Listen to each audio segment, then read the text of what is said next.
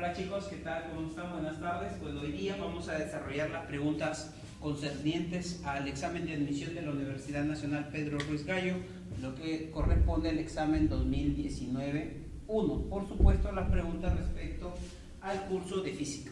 Muy bien, vamos a desarrollar las 15 preguntas del grupo de ingenierías. Vamos con la pregunta número 51, que es la primera pregunta. Nos dan una fórmula, me dicen que es igual a un medio de K por X cuadrado, y me dicen donde E es energía, X es la longitud, y me dice calcule la dimensión o ecuación dimensional de K. Bien, lo primero que tenemos que hacer acá es despejar, en este caso, la letra K, para poder hallar su ecuación dimensional o dimensiones. Despejamos K, correcto, y esto te va a quedar E sobre X cuadrado. Y lo que a continuación sigue, solamente reemplazamos el valor o la ecuación dimensional de la energía, que es ml cuadrado t a la menos 2, sobre el x cuadrado. El x me dicen que es una longitud, su ecuación dimensional es L, pero como es elevado al cuadrado, L cuadrado. Simplificamos y nos va a quedar que la ecuación dimensional de K va a ser m por t elevado a la menos 2. Y esa sería la respuesta para la pregunta número 51. Correcto, una pregunta bastante simple. En la pregunta número 52, que es una pregunta concerniente a vectores, me dan 3 vectores y me dice que calcule el módulo de la resultante de los 3 vectores. Muy bien, ¿qué debemos de recordar para desarrollar este ejercicio? Debemos recordar aquí una propiedad. ¿Y cuál es la propiedad? Aquella que me dice que cuando yo tengo 2 vectores que tienen el mismo módulo y me forman un ángulo de 120 grados, la resultante tiene 2 propiedades. 1, dicha resultante es igual al módulo de uno de los vectores y además se encuentra en la bisectriz de estos 2 vectores. Entonces acá el ángulo va a ser de 60 grados. ¿Correcto?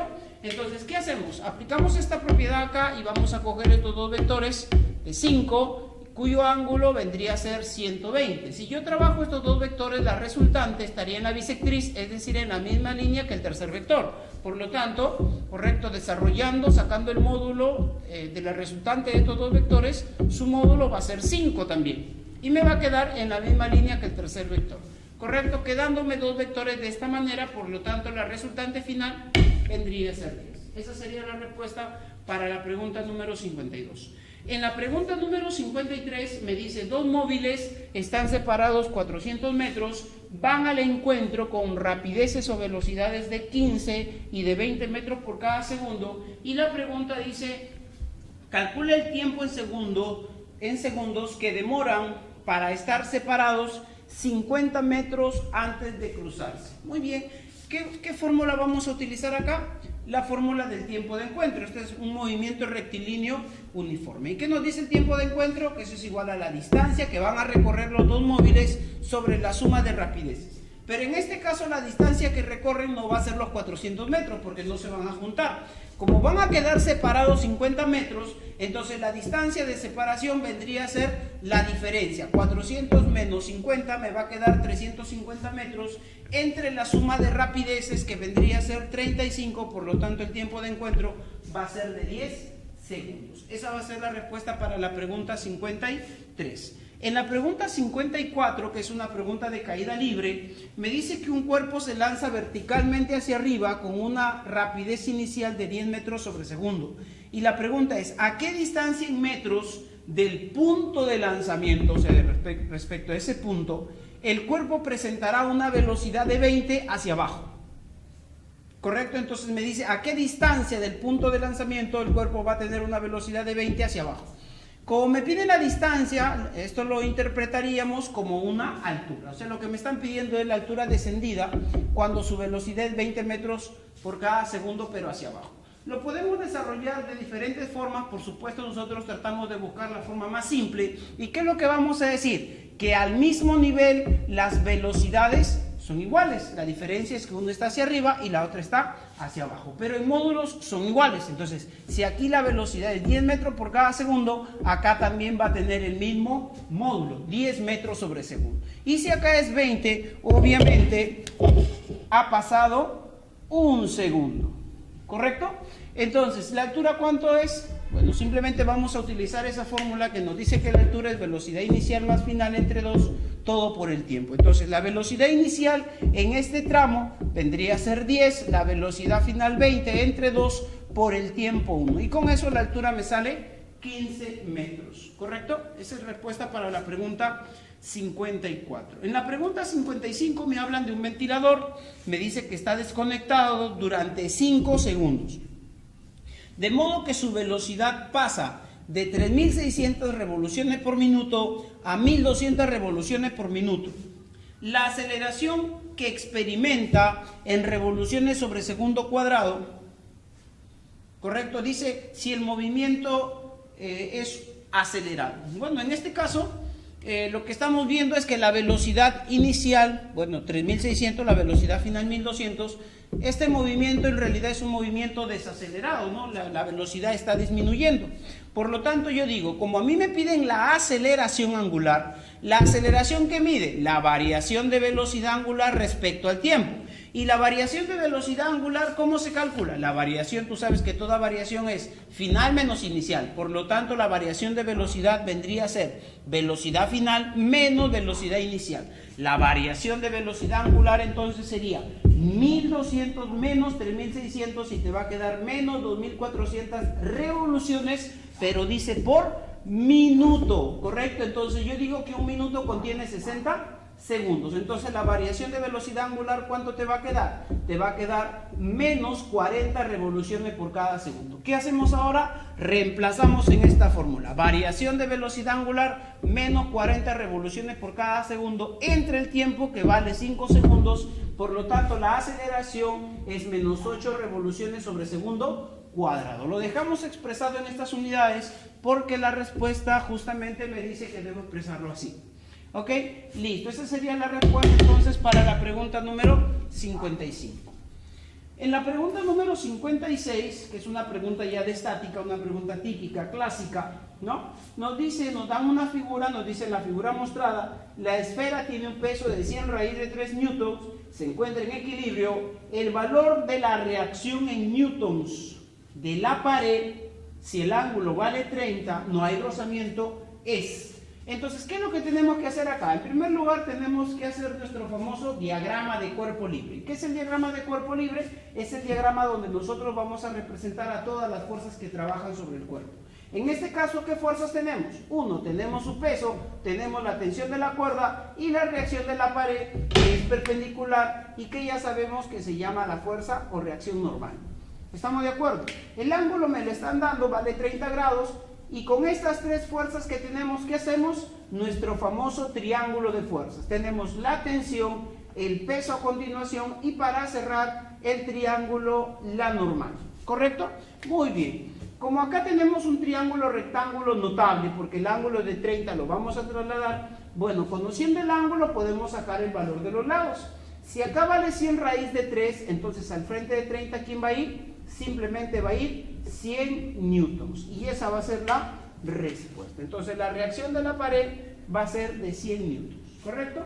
Eso es todo en la pregunta número 56.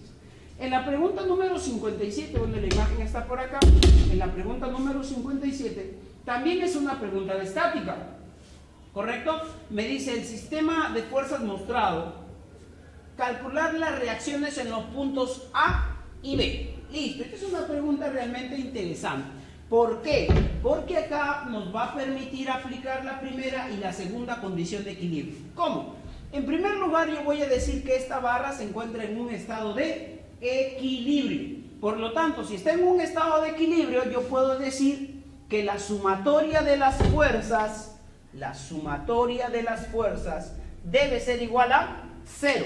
¿Qué estoy aplicando? Estoy aplicando la primera condición de equilibrio, ¿correcto?